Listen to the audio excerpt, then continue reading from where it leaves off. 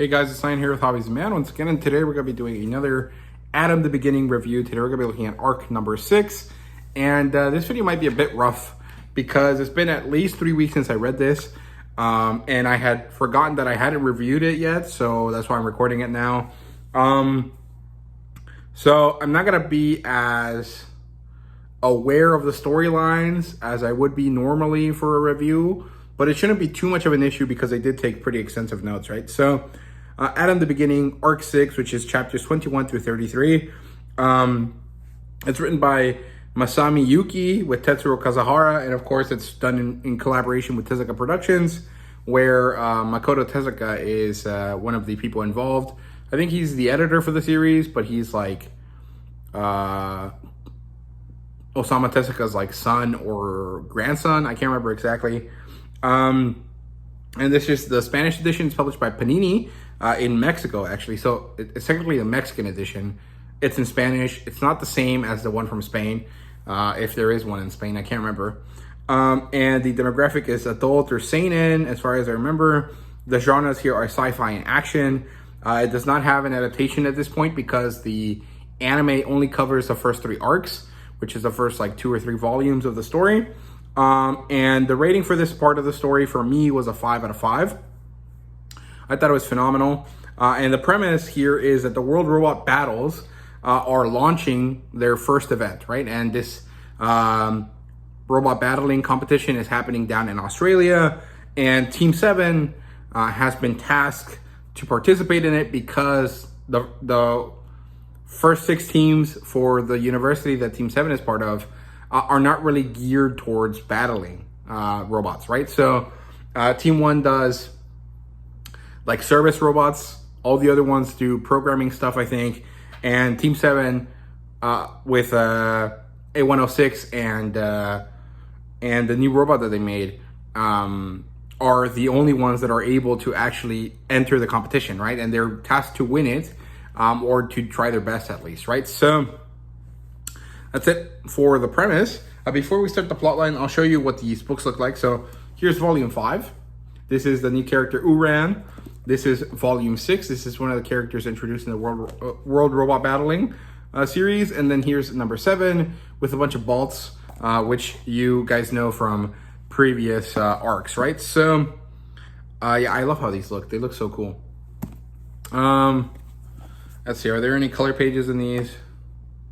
Yeah, there's a few color pages here starting off the arc.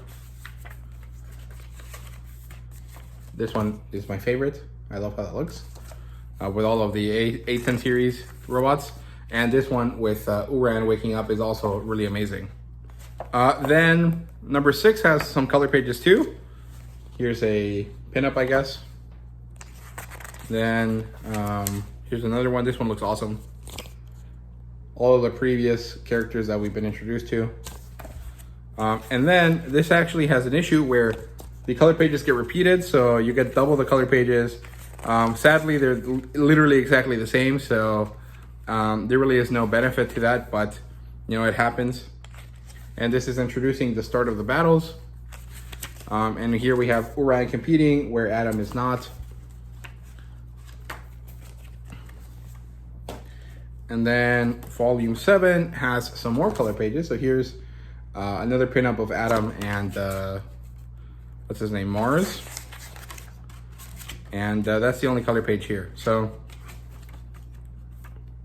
yeah, and the arc ends up midway through volume 7. So there you go. Let's get started with the plot line here. So chapters 21 through 33, like I said, this story is actually more like a saga, you know, in like the One Piece style, where there's smaller arcs within, but they're all narratively connected to each other, but they're distinctly different from all the other arcs around them, right? So the first portion is Uran Awakes, which is just like them building Uran and then turning her on and then having her learn to be an individual, basically, because they upgraded her Bilstein programming. Then the second part is the World Robot Battling opening and the first challenge. And then the third part here is the continuation of that challenge, right? But there's like a distinct shift in the storytelling between the first attempt of the challenge, and then the second attempt where Uran does something that affects all of the other robots around her, and then the story takes a turn for the worse, right? So that section is kind of separate.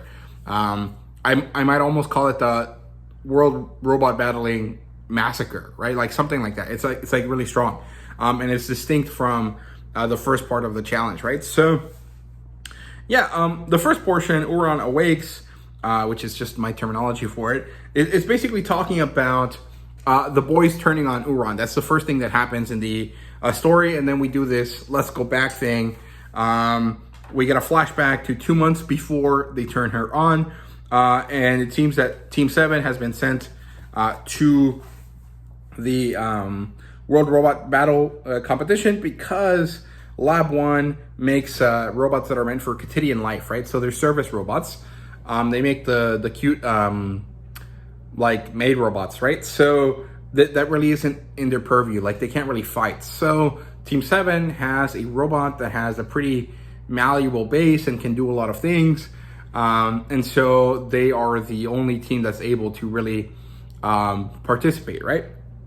So they're told to take lab number 1's place, and Tenma actually manages to leverage this into forcing them to give him funding, which is great because the Lab 7 always needs funding, right? So this works out pretty well. Maruhige delivers some stuff, and we get to see him talk about meeting Oshinamizu's grandfather and being friends with him and wanting to see him again. And then it's kind of ridiculous. I don't understand the point of this because it wasn't relevant to this part of the story, but I'm sure it's going to be relevant later.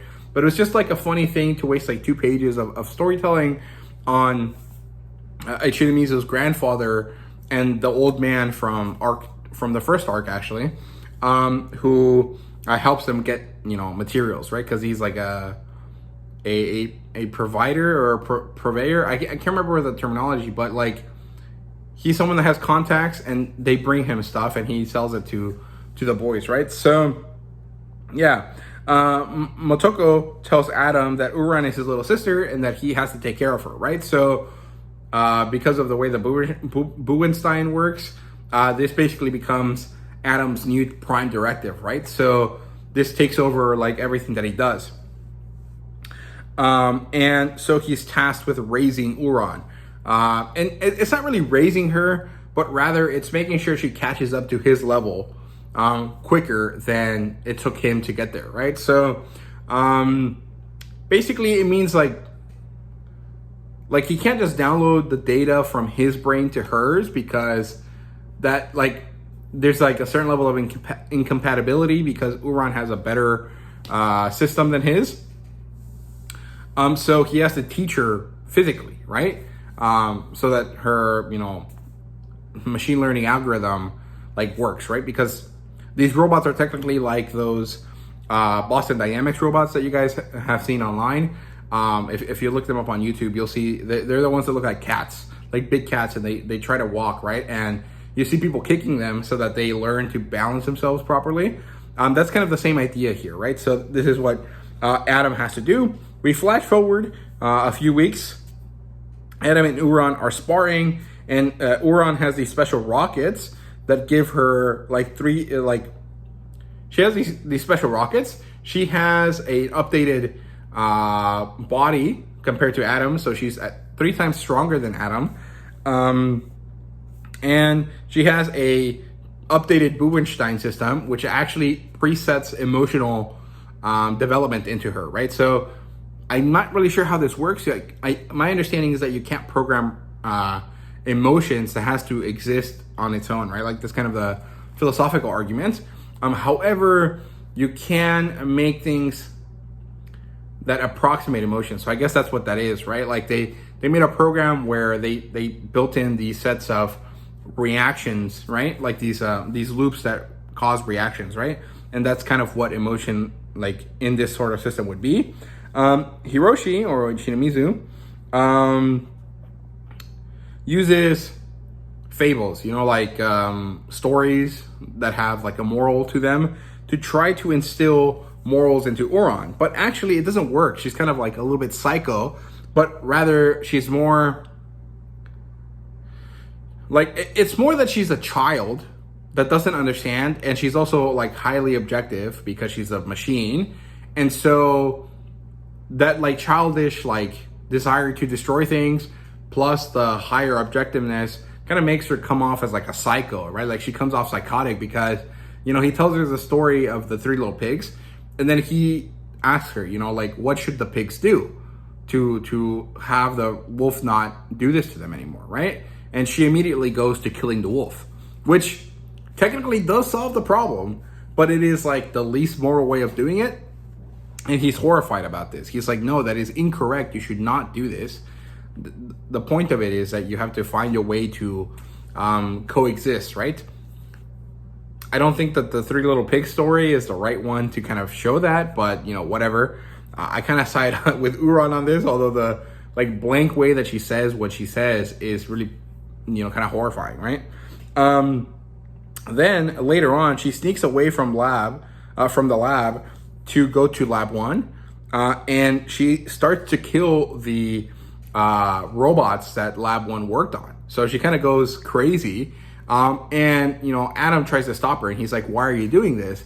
And her answer is, because I don't like these robots. They're not as good as me, right? So she has this superiority complex that you can argue is kind of justified because she is significantly higher level than literally anything around them. But at the same time, the point is that if you have that much power, you have to learn a certain level of responsibility to it, right? Kind of like Spider-Man.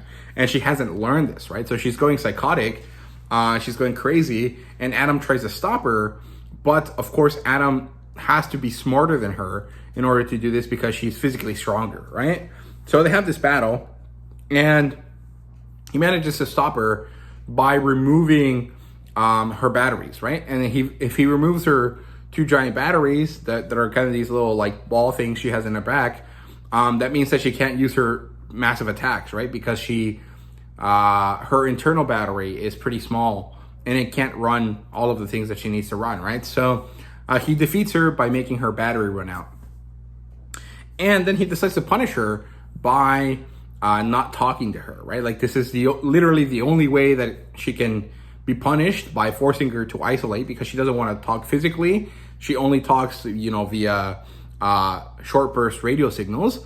So people can't hear her. The only person that can is Adam, right? And so he decides to, you know, shut her down, to not talk to her, kind of the same way that Mars does to him, right? And this manages to force her to interact more properly, I guess, because he tells her, my task is complete. I no longer need to raise you, right?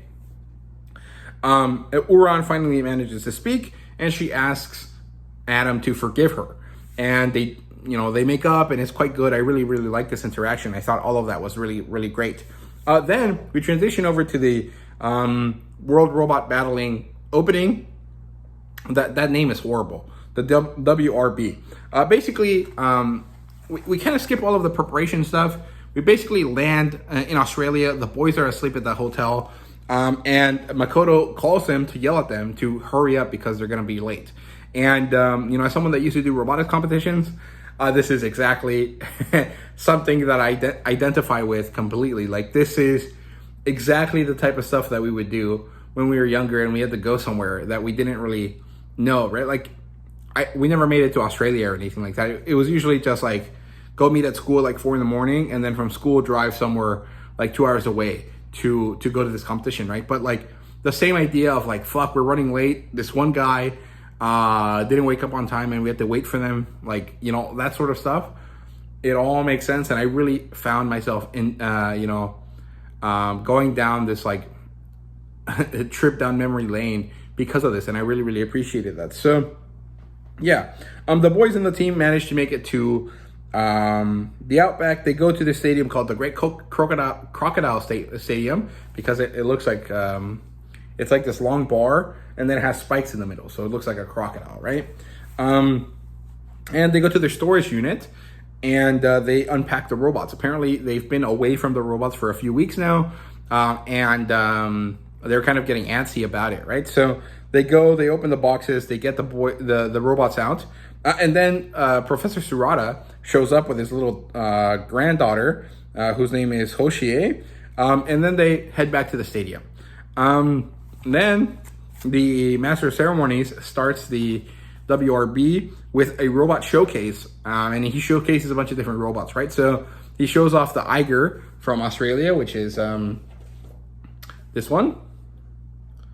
Then he talks about the Ivan from Russia, which is the one we saw previously in one of the other arcs, and of course the Japanese Balts. And Hiroshi is like upset about that. He's like, this is weapons of war. We're trying to make a partner for humanity. We should not be here. And then the competition starts. And Uran is a bit shy about it. She is like acting like she's nervous. But once the battle starts, and you know, we get the introduction to the what they're supposed to do, which is race to this place, gather a baton, and come back, and then do this 10 times, and whoever does the best, cumulatively, is going to be the winner. She manages to race off quite quickly after some humans talk to each other, at the stadium and make fun of Lab 7 for making this tiny little girly robot, right? Uran turns out to be a badass. She wins the first race immediately, and she makes it down to the baton area so quickly that she even has time to shop around and decide which one she likes best. And this is both annoying and endearing. Annoying in the sense that, like, it's like, oh, she's just a girl and she's taking too long to fucking decide, because that's what they do. And then also, like, endearing because it's like, oh shit, she's basically a person. That's crazy, right? She grabs one, she makes it back, and then she even actually talks to the microphone, surprising everyone, and it's super cute. Then it turns out that the rest of the robots, there's 100 total, so Uran is number 1. There's 99 other robots that have to fight for second place, and it doesn't work that well. They actually start killing each other, and when round 2 starts, there's only 47 robots left. Now there's only 9 batons, and it's important that, you know, they try their best to get these, right?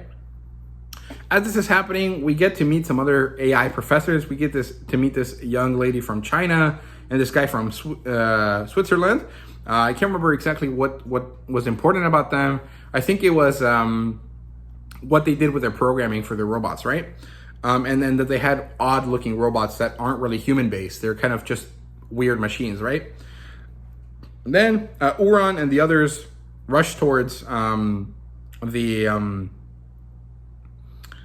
batons after a 30-second penalty for being the winners, right? So it's one of those things where, like, the winner of the previous race gets a penalty to try to even it out. And this annoys Uran, and she starts thinking about the fact that she wants to win, that she wants to be better than everyone else, right? And as she's going through this penalty, before she rushes off, she actually accidentally broadcasts this "I want to win" message to everyone, right? And we know from previous interaction between Adam and Mars that the radio waves that these two robots send out affect other robots, right? And so sending out this message, "I want to win," to all of the other robots there starts to cause a bloodbath, and all the robots start killing each other. This makes Uran start feeling fear. She crouches down. She calls out to Adam, who can't hear her because he's been shut down. And then she broadcasts this fear to the other robots, making it worse, right? So, then Dr. Lolo figures out what the issue is. 6 is shut down, basically. He tries to go save Uran because he manages to hear her message eventually. But Tenma shuts him down. He stops him by putting on like a little control disc, basically. Kind of like the robots in Star Wars, you know, how they have like a little control chip that gets put on them. And suddenly they can't move as well. Kind of the same idea here, although I think he builds it into Adam, right? So you can't just kind of remove it easily. Hiroshi gets angry at Tenma about this. He's like, dude, how dare you do this to our friend? What the fuck is wrong with you? Uran starts to hate people and hate the idea of Adam and stuff because he's not showing up, right? So Uran just has like these crazy emotions and she's not used to dealing with them. And so it causes all of these issues, right? So through her hatred, she starts another murder spree. And this is, even worse. It starts to take over the Igers. And this causes massive panic, right? Tenma saves Hoshi while, the Crocodile Stadium is basically crumbling because of all the robots going crazy. Through all of this commotion, Hiroshi somehow manages to figure out that Dr. Lolo is actually Moriya in disguise, right? So this makes Tenma's crush on Dr. Lolo pretty funny because he's crushing on his bitterest rival, right? So that's pretty funny. Then they send out the bolts, and Ran manages to fix Adam, which is great. She opens up his chest, she takes out the stuff that Tenma put in him, and Adam now has freedom of movement again. The bolts are really badass, and they manage to kind of neutralize as many of the robots as they can, but Uran realizes that she knows this attack pattern because it's the same stuff that Adam does, right? And so she actually uses that knowledge to start to beat them again. This is pretty badass, but it's concerning that she's able to do this. Then Moriya tells Hiroshi the reality of their creation. You created a problem. Your Buenstein system it does lead to free-thinking robots, but not exactly. And it means that they can rewrite their code to change their prime directive. And that is problematic because they can basically take an order and bend it as much as they like in order to actually do what they want, right? So this is problematic because there's no way to stop them properly once they really get through, they get the idea that they want to do something in their head, right? And so you're making something that's uncontrollable, and this is bad. And the fact that Adam and Uran can spread this to others is also worse, right? Like that's probably bigger problem than the Buenstein system itself, right? So Moriya sends out Mars to kill Uran. Adam manages to stop Mars, and he decides to save her just in time. And then Adam and Mars start to communicate in such a way that they create this like digital environment for themselves that they call the room. And within the room, Mars basically finally admits that he has changed because of his first interaction with Adam. He tries his best to remove that part of coding from himself, but it actually doesn't work, and it actually makes him hate Adam for a moment. And that realization that he managed to hate something, which means that he has emotions, which means that he has advanced to a certain level of consciousness, actually forces Mars to like back down. I think it like breaks him a little bit, right? Like it doesn't compute. And so Adam technically kind of wins the battle, right? And they all get shut down to end the arc. And to be honest, the way this ends is a bit anticlimactic, but at the same time, it's probably the best way to end this because one, it shows that the humans are still ultimately in control, which is good and bad. And then it also kind of makes it so that neither Mars, nor Adam, nor Uran have to die, right? Because that's kind of the point of this battle, right? The idea was Mars is sent out to destroy Uran. Adam stops him. That means that Adam and Mars have to battle it out to see which one of them will survive. And so shutting them down avoids that, eventual, event. And so this is the best way to end the arc.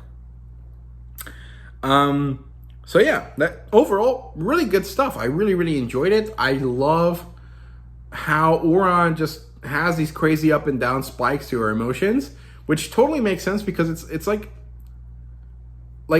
basically Uran is a newborn child that suddenly gained consciousness and knowledge, but no control over their emotions, right? Like most people, as they grow up, learn to deal with their emotions through repetitive, exposure to them, right? Like, as a child, you kind of learn to deal with your emotions over time until when you're like 7 or 8, up until like you start puberty, you basically are in control of yourself pretty well, right? Like you don't really throw tantrums. You understand that things aren't, going to always go your way and stuff like that. And then you finally suddenly start to gain like actual consciousness. Like you exist as a person and you realize that you are a person and that other people are a person when you start getting through puberty. And then your emotions get out of control again. But this time you have the experience necessary to deal with them.